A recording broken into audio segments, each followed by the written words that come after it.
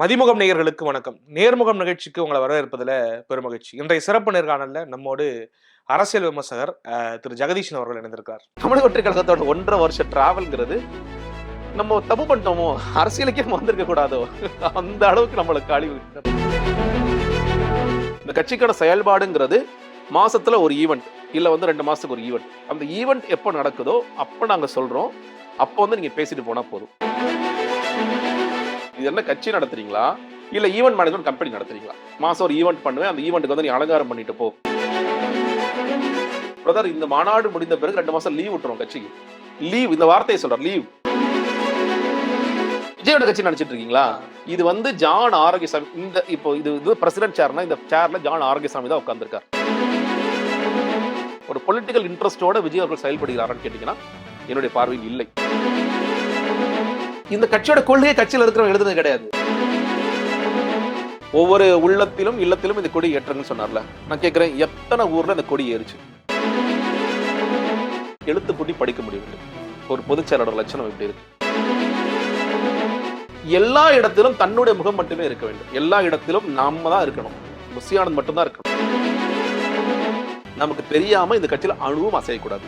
அணுவும் அசையக்கூடாதுங்கிறது விஜய்க்கும் சேர்த்துதான். விஜய் அசையலாமா வேண்டாமாங்கிறதை முடிவு செய்யக்கூடிய ஒரு புஷி ஆனந்தாக இருக்கிறார். அதை ஒரிஜினா என்ன ஆகுது, உள்ள வராரு, பட் ஸ்டில் அவருக்கான ஆக்சஸ் கிடைக்குதானே இல்ல. அவர் தான் அரசியலை கண்டுபிடிச்சு அரிஸ்டாட்டில் நினைக்கிறாரு. நான் சொல்றபடி நீங்க கேட்டீங்கன்னா சார் உங்களை சிஎம் ஆக்குவேன். நீங்க இப்ப நாளைக்கு நீங்க அவசரப்பட்டு நீங்க சொல்ற மாதிரி மக்களோட மக்களா போற வச்சுக்கீங்களேன் சார், இதனாலதான் சார் நீங்க சிஎம் ஆகலன்னு சொல்லுவார் அவர்.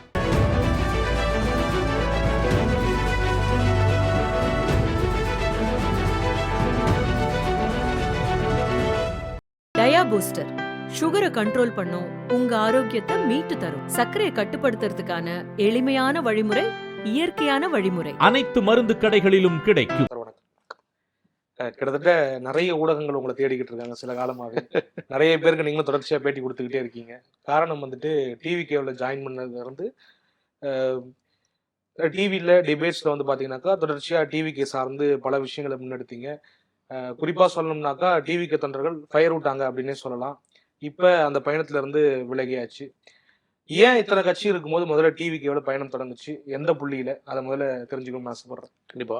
நீங்க சொன்னதுல நான் கட்சியோடைய அதிகாரப்பூர்வ செய்தி தொடர்பாளராக தான் உள்ள போனேன். நீங்க சொல்ல மாதிரி ஒரு தாவேக்கு ஆதரவாளர் அல்லது விஜய் ஆதரவாளர் அந்த மாதிரி சில பேர் பேசிட்டு இருக்காங்க. நான் கட்சியில என்ன ப்ராப்பரா 2023 கடைசி நவம்பர் மாதத்திலேயே என்ன வாங்க அப்படின்னு சொல்லி கட்சியில் அழைச்சாங்க. வெகு விரைவில் கட்சி ஆரம்பிக்க போறாரு விஜய். நான் அப்போ சொல்லப்பட்ட வெகு விரைவில் ஆரம்பிக்க போறாரு, 2026 தான் நம்மளோட டார்கெட்டா இருக்க போகுது அப்படின்னு சொல்லி சொன்னாங்க. எனக்கு சில கேள்விகள் சந்தேகங்கள் இருந்து அதெல்லாம் கேட்டேன். கிட்டத்தட்ட ஒரு 1.5 மணி நேரம் மேல டிஸ்கஷன், ஒரு சந்திப்பு நடந்துச்சு.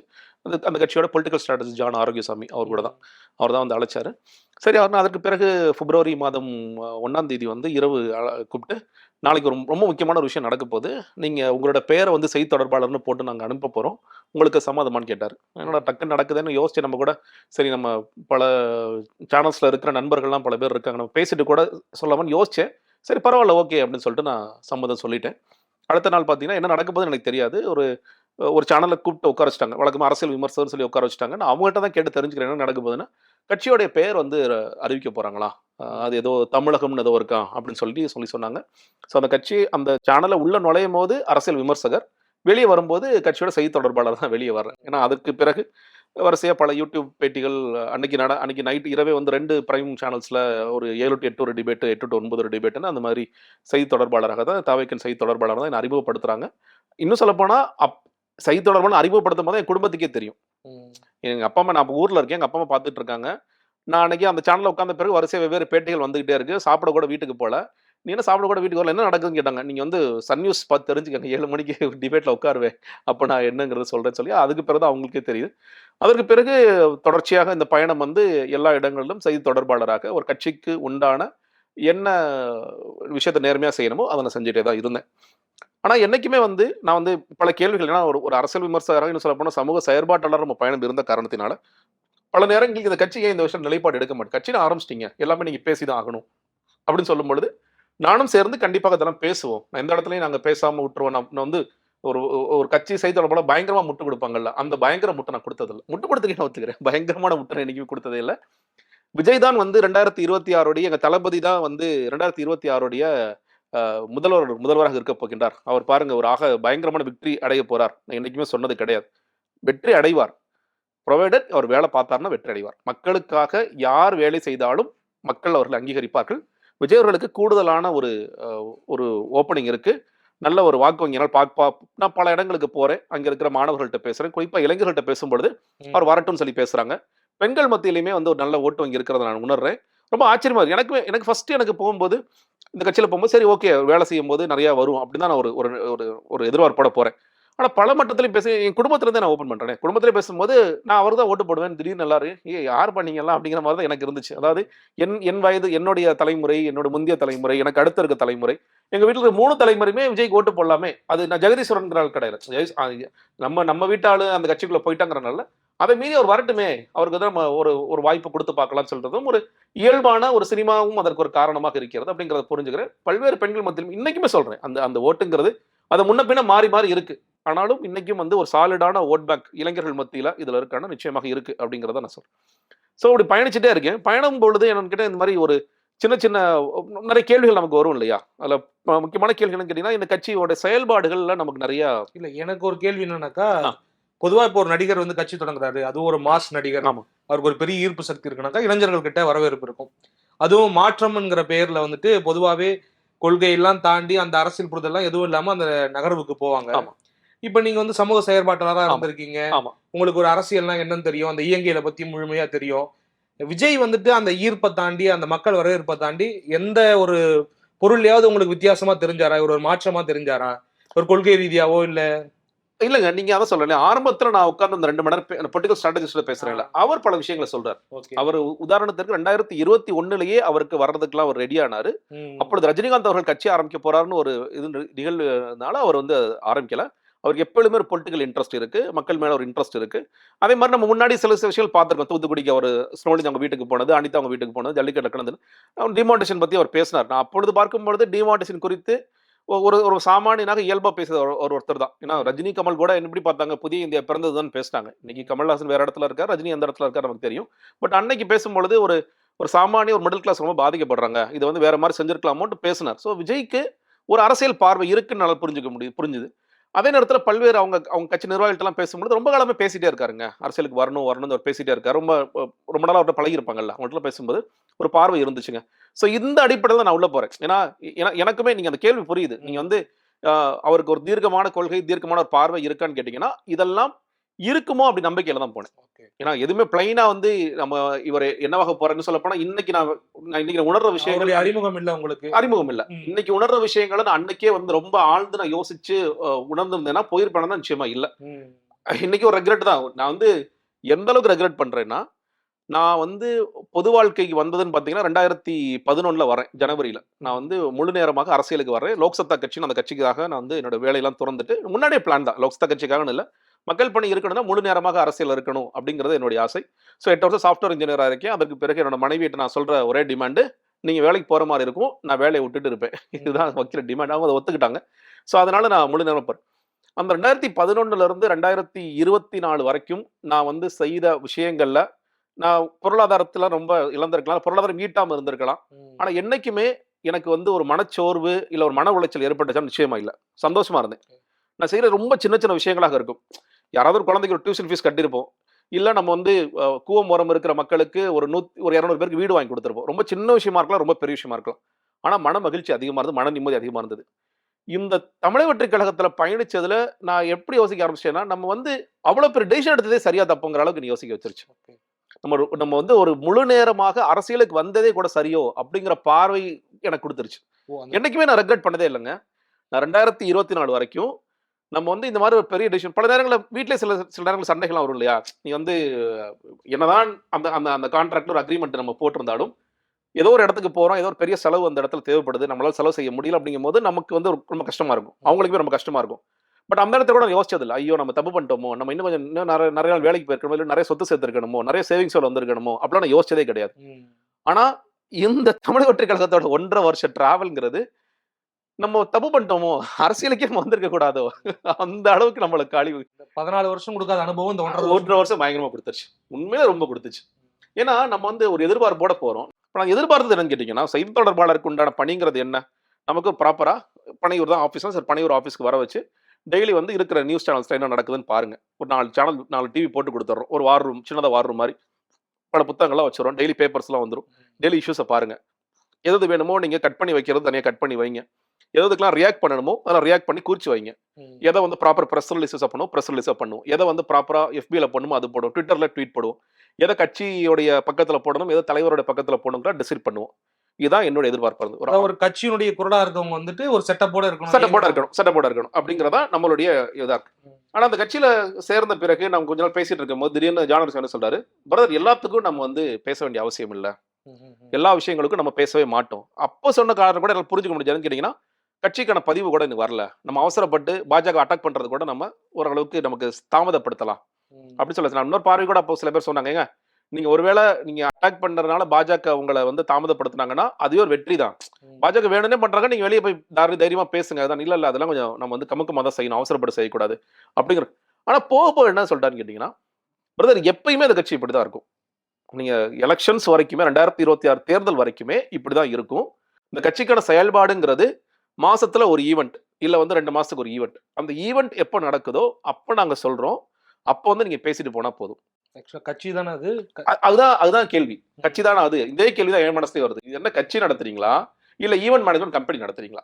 மாசம் ஒரு ஈவெண்ட் பண்ணுவேன், அந்த ஈவெண்ட்டுக்கு வந்து நீ அலங்காரம் பண்ணிட்டு போ. இது எப்படி ஒரு கட்சி செயல்பட முடியும்? சரி, அது கூட ஒரு ஸ்டேஜ்ல நீங்க ஓகே மாநாடு வரைக்கும் நம்ம அமைதியா இருக்கணும், நம்ம அவசரப்பட்டு பேசக்கூடாது, ஆளுங்கட்சியை பயிற்சியக்கூடாது, அது கூட புரிஞ்சுக்கிறேன். நீங்க அவர் என்ன சொல்றாரு, பிரதர் இந்த மாநாடு முடிந்த பிறகு 2 மாசம் லீவ் விட்டுரும் கட்சிக்கு. லீவ், இந்த வார்த்தையை சொல்றாரு, லீவுங்கிற வார்த்தையை பயன்படுத்துறாரு. லீவ் விட்டுரும் கட்சிக்கு, திரும்ப ஜனவரியில அடுத்த மாநாடு நடத்துவோம். இதெல்லாம் சொல்றது வந்து ஜான் ஆரோக்கியசாமி. என்னோட single point of contact John Arokiasamy. எங்க எல்லாருக்குமே செய்தி தொடர்பாளர்கள் எல்லாருக்குமே ஜான் ஆரோக்கியசாமி தான் பாயிண்ட் ஆஃப் கான்டாக்ட்.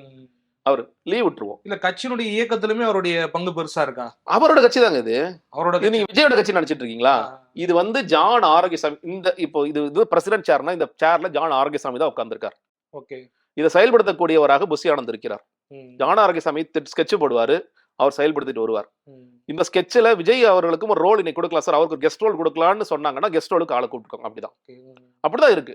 நீங்க அது கூட ஆரம்ப காலத்துல ஒரு சினிமா கமிட்மெண்ட் இருக்கு, ஓகே, அதனால அவரால் பெருசா பங்களிக்க முடியாதுங்கிற கூட நீங்க தவிர்த்தலாம். என்னன்னா மே மாசத்திற்கு பிறகு வந்து நீங்க ஃபுல் டைமா ஒரு ஷூட்டிங்லாம் முடிஞ்சிருச்சு. நிறைய பேர் ஷூட்டிங் முடிஞ்சுதான் முடியல, ஷூட்டிங்லாம் முடிஞ்சிச்சு வரலாம். மேபி டப்பிங் ஒர்க்ஸ் இருந்தாலும் இருக்கலாம் சினிமால. மே மாசத்திற்கு பிறகு இப்ப ஜூலை மாசம் வரைக்கும் அவர் முழு நேர அரசியல்வாதி. அவரே தன்னுடைய முதல் கடிதத்தில் எழுதியது போல, இல்ல அவர் எழுதாட்டியும் அட்லீஸ்ட் படிச்ச கையெழுத்து போட்டிருப்பார், அவர் படித்த கையெழுத்து போட்டது போல தான் ஒரு முழு நேர அரசியல்வாதியாக மாறிட்டார். அதனாலதான் இப்ப ஏன் இதெல்லாம் பேசுறேன்னு கேட்டீங்கன்னா, நான் ஓகே அப்ப எதிர்பார்த்தோம், சரி உங்களோட சூழ்நிலை எனக்கு புரியுது, உங்களால வந்து முழு நேரமாக வர முடியல, இப்ப முழு நேரமா வந்துட்டீங்க. முழு நேரமா வந்த பிறகும் நீங்க கட்சியில யாரோ ஒருவர் மாதிரி உட்கார்ந்து வேடிக்கை பார்த்து கொண்டிருப்பதோ என்ன அப்படிங்கறது பெரிய கேள்வியாக இருக்கிறது. அப்ப உண்மையிலேயே இவருடைய பொலிட்டிக்கல் இன்ட்ரெஸ்ட்ங்கிறது என்ன? இப்போ நம்மளே பல விவாதங்கள் போகும்போது இப்ப நண்பர்கள் சில பேர் இல்லைங்க அவருக்கு பொலிட்டிக்கல் இன்ட்ரெஸ்ட் பெருசா கிடையாது, இந்த மாதிரி நடிகர்களாக இருப்பவர்கள் டக்குனு கட்சி ஆரம்பிக்கிறாங்கிறதெல்லாம் நம்பவே முடியாது, ஏதோ ஒரு பேக்கப் இருக்குன்னு சொல்லுவாங்க. பலன் இல்லைங்க, அந்த மாதிரி பேக்கிங் நான் பார்த்த வரைக்கும் இல்லைங்க. இன்னொன்னு, அவர் வந்து ஒரு பணத்திற்காக அவர் வர வேண்டிய அவசியம் இல்லை. அவர் இன்னொரு 20 வருஷம் நடிச்சாருன்னா இன்னும் எவ்வளவோ கோடி சம்பாதிக்கும். இன்ஃபிளேஷன் ரேட் எல்லாம் போனீங்கன்னா இன்னைக்கு 200 கோடி சொல்றாங்க, அது 300 கோடி 400 கோடி கூட அவர் வாங்கிட்டு போகலாம், அந்த பெரிய பிசினஸ் கூட பண்ணலாம். ஆனால் பணத்திற்காக அவர் வந்தார் அப்படின்னு சொல்லிட முடியாது. ஆனால் சில பேர் ஏன் திடீர்னு அவர் வந்தார் அப்படின்னு ஒரு கேள்வி இருக்குல்ல. அவர் வர்ற மாதிரி இன்னும் ஏன்னா ரஜினிகாந்த் அவராது வருவார்னு பேசிட்டே இருந்தோம். விஜய் குறித்து நம்ம பேசுறதே கிடையாது. நீங்க எந்த ஒரு ஊடகமே விஜய் வருவாரா அப்படின்னு பேசியதே கிடையாது. பேசுற முன்னாடி வந்துட்டார் அவர், திடீர்னு அனௌன்ஸ் பண்றாரு, டக்குன்னு வந்துட்டார் அப்படின்னு பார்க்கும் பொழுது விஜய் ஏன் திடீர்னு வர்றார், அதுக்குள்ள ஒரு நோக்கம் இருக்குன்னு எல்லா நேரம் இல்லைங்க, அந்த மாதிரி நோக்கம்லாம் இருக்க வேண்டிய அவசியம் இல்லை.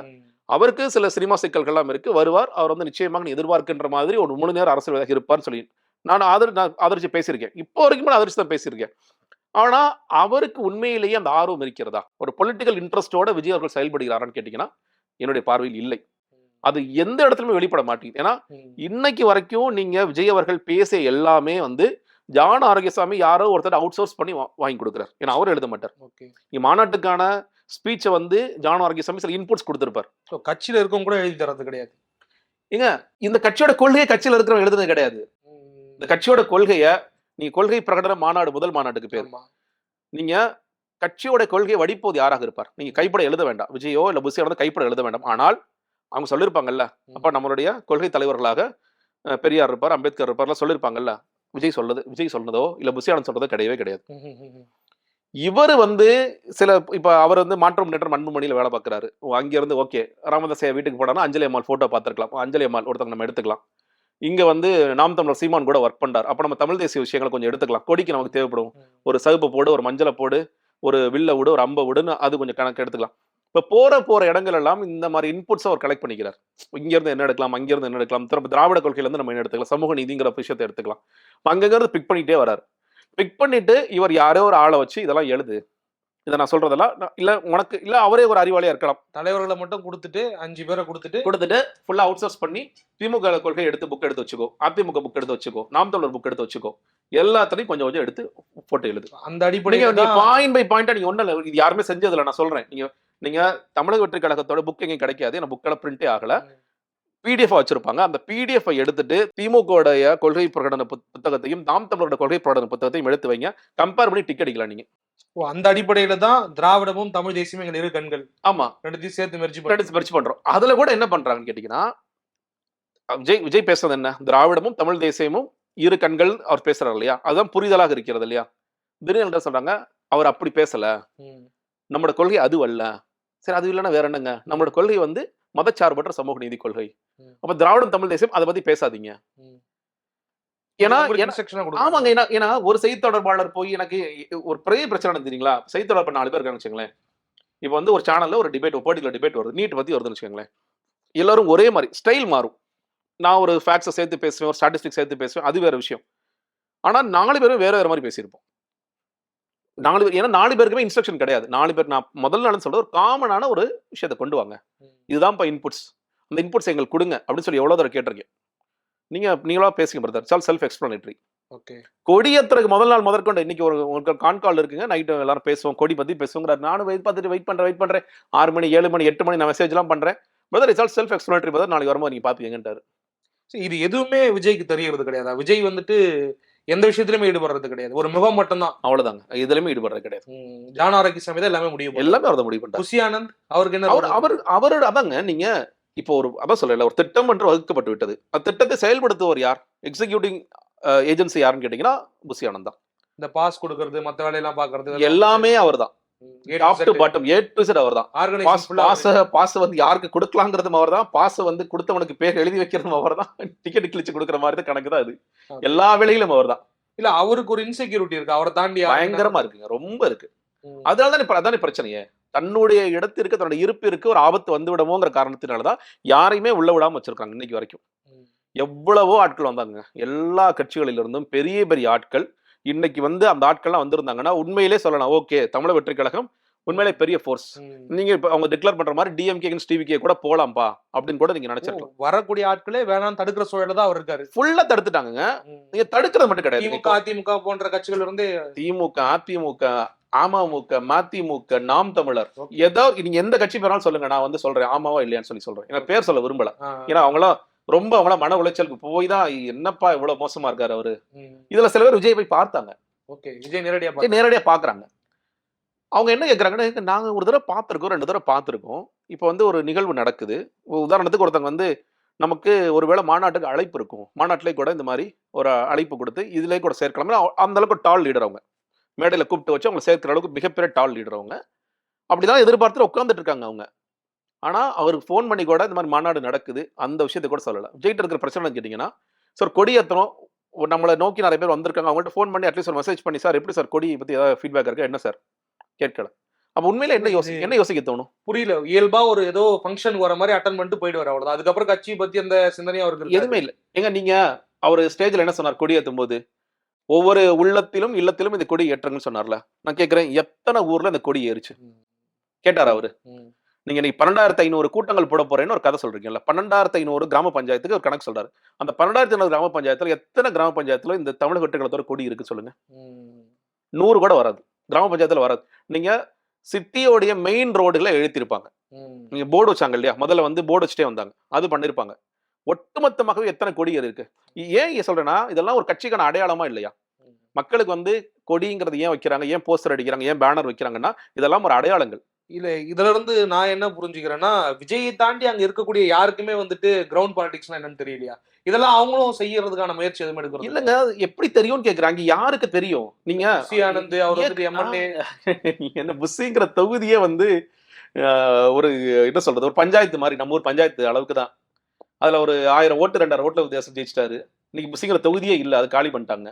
அதுல ஒரு எம்எல்ஏ ஆக நீங்க இன்னொன்னு, நம்ம பாண்டிச்சேரி பாலிடிக்ஸ் நமக்கு தெரியும். நீங்க இப்ப இங்க எவ்வளவு ஆக்டிவா இருக்காங்க, இங்க எத்தனை தலைவர்கள் பேசுறாங்க, டெய்லி பத்திரிகைகள் எத்தனை ஒரு நூற்றுக்கணக்கான அறிக்கைகள்லாம் வருது.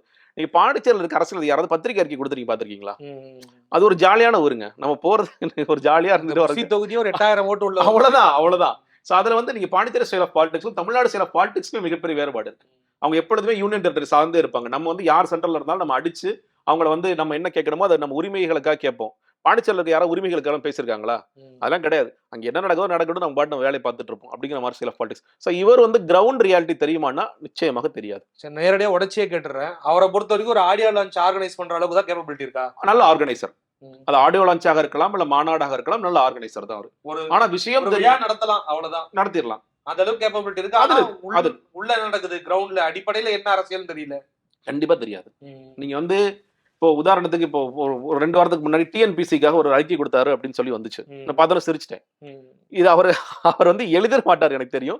இது குறித்து அவருக்கு அட்லீஸ்ட் தெரியுமா? டிஎன்பிசில வந்து குரூப் 4 ரொம்ப எக்ஸாம்ஸ் கடினமா இருந்ததுங்கிற செய்தியாவது அவருக்கு தெரியுமான்னா அதெல்லாம் அவர் தெரிஞ்சுக்கவும் மாட்டாரு. இதெல்லாம் ஜான் சொல்றாரு, நம்ம பிரதர் நம்ம பொதுச் செயலர் எப்படியாவது நம்ம எஜுகேட் பண்ணணும் பிரதர்.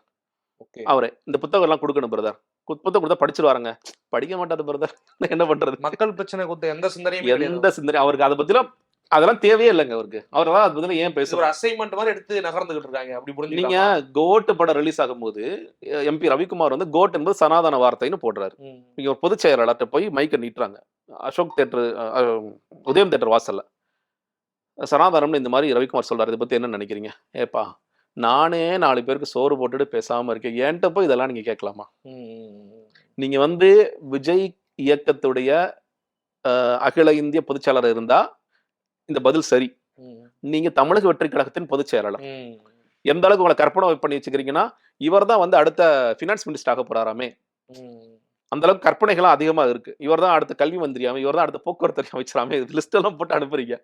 அப்போ சனாதானம்ங்கிற வார்த்தை குறித்து உங்களோட பார்வை என்னன்னு கேட்டீங்கன்னா, இல்லப்ப நான் பாட்டு சோறு போட்டுட்டு இருக்கேன், என்ன ஏன்பா இந்த மாதிரி கேள்வி எல்லாம் கேட்குறீங்க? நீங்க ஃபேர் டீலிமிட்டேஷனுக்கு வந்து ஒரு அனைத்து கட்சி கூட்டம் நடக்குது. அந்த கட்சி கூட்டத்துக்கு போயிட்டு வராரு. அன்று காலை கொடுத்த அறிக்கையில் அவரால் எழுத்து கூட்டி படிக்க முடியவில்லை. ஒரு பொதுச் செயலாளர் லட்சணம் இப்படி இருக்கு. சில வார்த்தைகள் அவரால் பேச முடியல, இன்னைக்கு வரைக்கும் பேச முடியல. மேடையில வந்து ஒரு 4 பேர் இப்போ நடக்கிற கொள்கை விளக்க பொதுக்கூட்டங்கள் பண்றாங்கல்ல, 4 பேர் பேசினா ஆகா இவன் நம்மளோட நல்லா பேசுறான், இவன் எப்படி காலி பண்றதுன்னு யோசிக்கிறார். அந்த அளவுக்கா ஒரு பொது அவ்வளவு இறங்கி இல்லைங்க, அதான் சொல்றேன் இல்லைங்க. அவருக்கு எல்லா இடத்திலும் தன்னுடைய முகம் மட்டுமே இருக்க வேண்டும். எல்லா இடத்திலும் நாம தான் இருக்கணும், புஷி ஆனந்த் மட்டும் தான் இருக்கணும். அப்படி இருந்தா எப்படி கட்சி? இப்ப இதெல்லாம் நம்ம பேச என்ன ஆகுதுன்னா ஒரு ஞான மாற்றம் நடக்குது.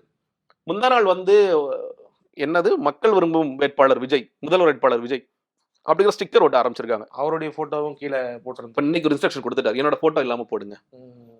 ஏன்னா நம்ம எல்லா இடத்துலயும் சொல்றோம்ல, அதே உங்க போட்டோ மட்டும் வருது. நான் அப்படின்னா கூட நான் கேட்கல, உங்க போட்டோ வருது, இன்னொரு பொதுச் செயலாளரா இருக்கிற ஆதவ போட்டோ ஏன் வரலன்னு நான் கேட்கிறேன். அவர் தாங்க செலவு பண்றாரு எல்லாத்துக்கும், எல்லா ஈவெண்ட்டுக்கும் அவர் தான் செலவு பண்றாரு. செலவு பண்றவனுக்கு ஒரு ஓரமா ஒரு ஸ்டாம்ப் சைஸ் போட்டோவாது கொடுக்கலாம், ஏன் கொடுக்க மாட்டீங்கன்னு கேள்வி எழுப்புறேன். ஸோ ஒட்டுமொத்தமாக என்னன்னு கேட்டீங்கன்னா எல்லா இடங்களிலும் நம்ம தான் இருக்கணும். நமக்கு தெரியாம இந்த கட்சியில அணுவும் அசையக்கூடாது. அணுவும் அசையக்கூடாதுங்கிறது விஜய்க்கும் சேர்த்து தான். விஜய் அசையலாமா வேண்டாமாங்கிறதையும் முடிவு செய்யக்கூடிய ஒரு புஷி ஆனந்தாக இருக்கிறார். அப்படிதான் இது போயிட்டு இருக்கு. சரி, இன்னொரு பக்கம் எனக்கு ஒரு டவுட் என்னன்னாக்கா, பொதுவா இப்ப கட்சிகள் வந்துட்டு இந்த பொலிட்டிக்கல் ஸ்ட்ராட்டஜிஸ்ட் அப்படிங்கிற ஒரு விஷயத்த கூட்டு வந்து அதை அரசியலுக்கு பயன்படுத்த ஆரம்பிச்சிட்டாங்க. அது திமுக இருக்கட்டும், அதிமுக இருக்கட்டும், எல்லா கட்சிகளுமே. ஆனா வந்துட்டு ஏதோ ஒரு வகையில வந்துட்டு கடைசியில அவங்க நம்பக்கூடிய ஆட்கள் வந்துட்டு அரசியல்வாதிகளை தான், மாவட்ட தளபதிகளை, அவங்களதான் பெரும்பான்மையை நம்புவாங்க. ஒரு விளம்பரத்துக்காக மட்டும்தான் இந்த ஒரு பொலிட்டிக்கல் ஸ்ட்ராட்டஜிஸ்ட பயன்படுத்துறாங்க. இந்த கட்சியில ஏகத்துக்கும் அதிகமான ஸ்ட்ராட்டஜிஸ்ட் இருக்காங்களே, அது என்ன கணக்கு?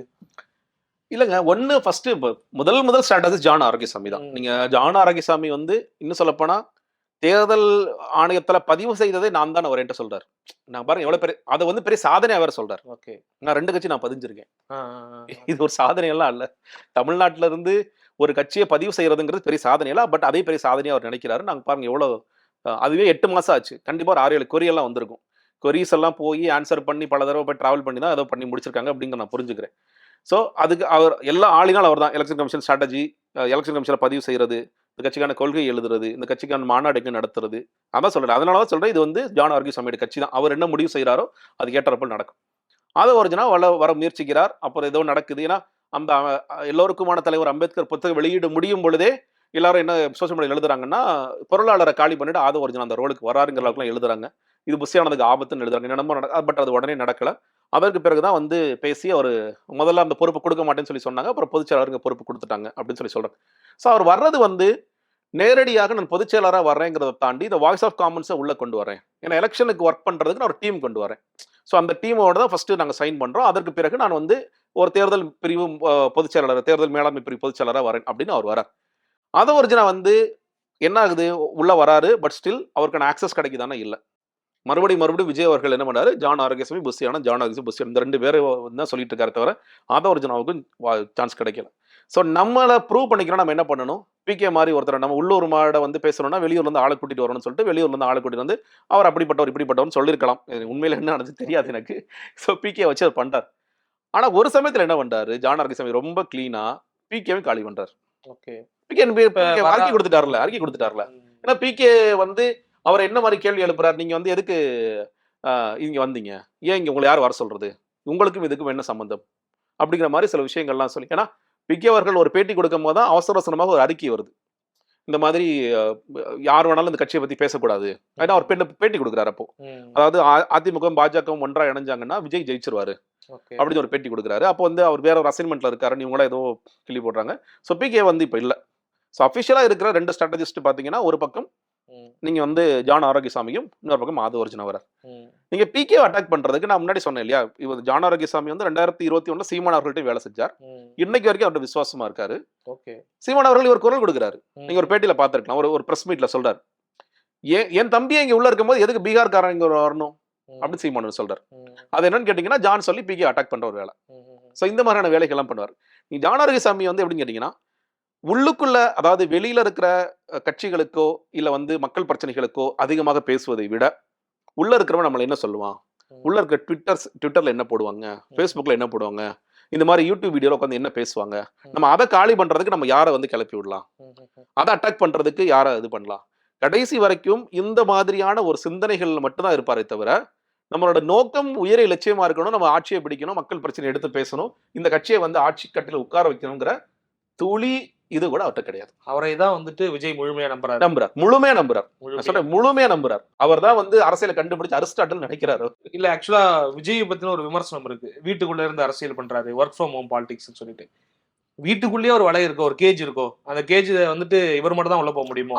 அதாங்க, அது என்ன சொல்றான்னு கேட்டீங்கன்னா, சார் நீங்க வந்து ஜெயலலிதா மாதிரி, நீங்க வந்து அம்மா மாதிரி அப்படிலாம் அப்படி சொல்றாங்க. அவர் என்கிட்ட சொல்றாரு, பிரதர் கல்ட் பிரதர், அவர் வந்து நீங்க அம்மா எப்படி தெரியும் இல்லையா, அந்த மாதிரி அவர் வந்து ஒரு பயங்கரமான லீடர். அதனாலேதான் உள்ளே இருக்காரோ, வெளியில இருக்காரு. நான் என்ன சொன்னேன்னா, இல்ல நீங்க உங்களுக்கு அரசியல் தெரியும், நீங்க பிற்கால இறுதி கால ஜெயலலிதாவை நீங்க பார்த்துட்டு நீங்க சொல்றீங்க ஆமா இன்அக்சசிபிளா இருந்தார், அதெல்லாம் இருந்துச்சு. நீங்க ஆரம்ப கால ஜெயலலிதான்னு ஒருத்தவங்க இருந்தாங்க, எம்ஜிஆர் கூட பயணித்த கிட்டத்தட்ட ஒரு 9 வருஷம் முழுக்க டிராவல் செஞ்ச ஜெயலலிதாங்கிறவங்க, அவங்க கத்துக்கிட்டது எல்லாமே அங்கேதான். ஒவ்வொரு ஊர்லயும் என்ன பிரச்சனைகள், ஒவ்வொரு ஊர்லயும் சமூக ரீதியா மக்கள் எப்படி இருக்கிறாங்க, மக்கள் ஏன் கஷ்டப்படுறாங்க, எப்படி கஷ்டப்படுறாங்க, எல்லாவற்றையும் அவர் உணர்ந்து தெளிந்து ஒரு பெரிய டிராவல் அவர்கிட்ட இருந்துச்சு. கொள்கை பரப்புச்சாளராக பெரிய சுற்றுப்பயணம். கொள்கை பரப்புச்சாளர் எவ்வளவு பெரிய போஸ்ட்ங்கிறது நீங்க வந்து எம்ஜிஆர் அவர்கள் பல இடங்களுக்கு போக வச்சாரு, மக்களை பார்க்க வச்சாரு.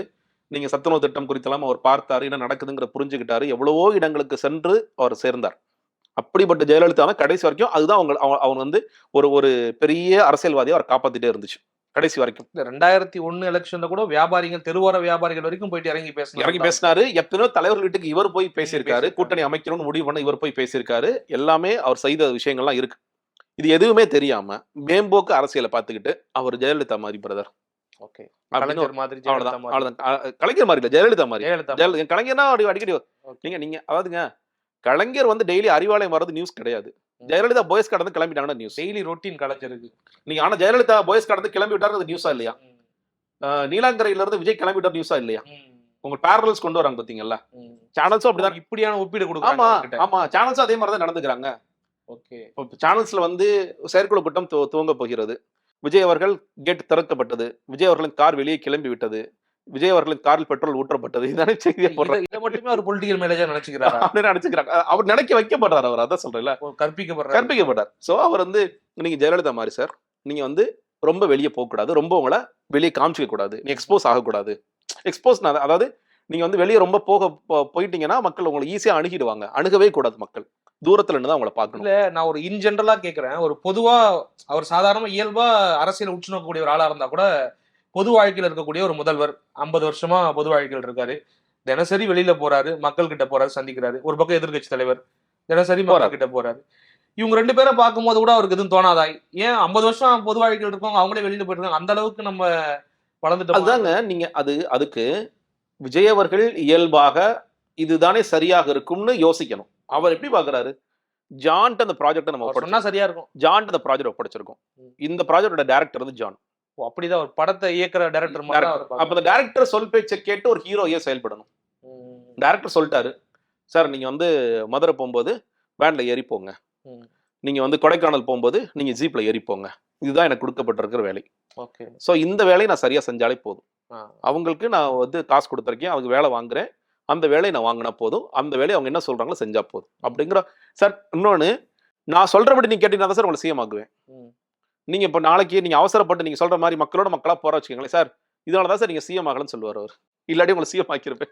என்ன சார், ஏதோ ஒரு படத்துல மிஸ்கின் வந்துட்டு ஒரு படத்துல அவர் கூட ஃப்ரெண்ட் ஒருத்தர் இருப்பாரு, சும்மா அவர் மிரட்டுற மாதிரி அந்த மாதிரி சொல்றீங்க. அது இல்லங்க, அவர் அப்படிதாங்க. நீங்க வந்து சார் என்னோட பேச்சை நீங்க கேட்டீங்கன்னா நீங்க வந்து சிஎம் ஆயிடலாம். என்னோட பேச்சை கேட்காம நீங்க எல்லாம் செயல்பட்டீங்கன்னா அது சரியா வராது. என்கிட்ட இந்த வேலையை கொடுத்துருக்கீங்க, இந்த வேலையை நான் எப்படி பக்காவா முடிச்சு காமிக்கிறேன் பாருங்க அப்படின்னு சொல்லுவார். சார் நான் ஓகே, நீ ஸ்ட்ராட்டஜிஸ்டா, அதுக்கு இவருக்கு ஒரு ப்ரூவன் ட்ராக் ரெக்கார்டு ஒன்று இருக்கு. ஓகே, மாற்றம் நேற்று அன்புமணி போனார்ப்பா, இவர் அன்புமணி ராமதாஸ முதலமைச்சர் ஆக்காட்டி அட்லீஸ்ட் எதிர்கட்சி தலைவர் ஆக்கிட்டாரு, எம்எல்ஏவே ஆக்கல. நீங்க சித்தராமையாட்ட போறாரு 2018 காங்கிரஸுக்கு காலி பண்றாரு. அவரே ஒரு ப்ரொஃபைல் ஒன்று வச்சிருக்காங்க. அந்த ப்ரொஃபைல்ல வந்து சரண் சிங் சன்னிட்டெல்லாம் ஒர்க் பண்றேன்னு சொல்லுது. அது எந்த அளவுக்கு உண்மை பொய்ங்கிறது தெரியல. அதே மாதிரி நீங்க சொன்னீங்க ஒரு கல்ட்டு அப்படின்லாம் ரொம்ப புகழ்ந்து பேசுறாப்புல, ஈடுபாடோட வேலை செய்யறாரு அப்படிங்கிற மாதிரி. அவர் வந்துட்டு ஒரு ஸ்ட்ராட்டஜிஸ்டா பணம் வாங்கிட்டு தான் வேலை பார்க்கறாரு. ஜஸ்ட் ஒரு ப்ராஜெக்ட் அவருக்கு அவ்வளவுதான். ஆமாங்க, இங்க அவரு நிறைய பேர் போய் வேலை கேட்டார், திமுக போய் வேலை கேட்டார், அவங்க வேலை கொடுக்கல. திமுக கண்டுபிடிச்சிட்டாங்க, மாற்றம் நேற்று அன்புமணியே நீ வந்து அங்க ஒபாமாவோட கேம்பெயின் பார்த்து காப்பி அடிச்சா, அது நாங்களுக்கு தெரியும், நீ அன்புமணி ஏமாத்துற மாதிரி எங்களை ஏமாத்த முடியாதுன்னு சொல்லிட்டு பண்ணிட்டாங்க. அண்ணாமலைட்டு போய் வேலை கேட்டார், பிஜேபியிலும் கேட்டார், எல்லாத்தையும் கேட்டார். இது மாதிரி எல்லா கட்சிகளும் சீமாண்டே வேலை கேட்டார், எல்லாத்தையும் வேலை கொடுக்கல. கடைசியா வந்து இங்க எப்படியோ புஷியானது பிடிச்சோ இல்லை இன்னைக்கு வந்திருக்கிற அருண்ராஜ் அவர்கள் நினைக்கிறேன், அவர்கள் மூலியமாகவோ எப்படியோ வந்து உள்ள வந்துட்டார். உள்ள வந்து என்ன பேமெண்ட்டோ அந்த பேமெண்ட் கான்ட்ராக்ட் போட்டு அவர் பாடு வேலை செஞ்சுட்டு இருக்காரு. ஸோ அவர் வந்து இது வந்து இந்த 2 வருஷத்துக்கான ஒரு ப்ராஜெக்ட். 2026க்கு பிறகு வேற ஒரு கட்சி கூப்பிட்றான்னு வச்சுக்கோங்களேன். நீங்க உதாரணத்துக்கு ஜூன் மாசம் முடிஞ்சிருச்சு, ஜூலை 1ஆம் தேதி வேற கட்சியில போய் சேர்ந்துருவார். வேற கட்சியில போய் பொலிட்டிக்கல் ஸ்ட்ராட்டஜிஸ்ட் ஒர்க் ஆரம்பிச்சிருவார். இந்த கட்சி முடிஞ்சு போச்சு. ஸோ நீங்க ஒரு ஸ்ட்ராட்டஜிஸ்ட்னா ஒரு ப்ரொஃபஷனலா நீங்க, அதனால தான் நீங்க கேட்டீங்க இல்லையா, திமுக அதிமுக எல்லாத்துலயும் இருப்பாங்க. ஆனா நீங்க என்னைக்காவது பிகே வந்து அறிவாளத்துல பார்த்துருப்பீங்களா? பிகே வந்து இருக்கிற மாவட்ட செயலர் கிளாஸ் இருக்க வந்து வச்சுக்கோங்களேன், அவன் உதச்சு அடிச்சிருப்பான். யார் நீ, வெளியே போட்டுருப்பான். எனக்கு தெரியாத அரசியல் உனக்கு எப்படி தெரியும் அப்படின்னு கேட்டு அப்படி கேட்டு சொல்லியிருப்பான்.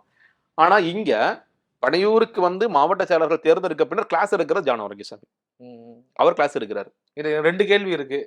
கிளாஸ் எடுக்கிற நிலைமையில தான் மாவட்ட செயலர்கள் இருக்கிறாங்களா, இல்ல வந்துட்டு இவங்க வந்துட்டு அந்த மாதிரியான ஒரு அணுகுமுறையை கொள்றாங்களா? இல்ல, அந்த மாதிரி ஒரு அணுகுமுறை கொள்றாங்க. மாவட்ட செயலர்கள் கொஞ்சம் தெளிவானவங்களா இருக்காங்க, ஓரளவு ஒரு அனுபவம் இருக்காங்க. அதாவது இன்னுமே சொல்றேனே, விஜய் அவர்களை விட புஷியானந்த் அவர்களை விட தெளிவான மாவட்ட செயலர்கள் இருக்காங்க. மீண்டும் ஒரு நல்ல ஆளுமையோடு உங்களை சந்திக்கும் வரை விடைபெறுகிறேன்.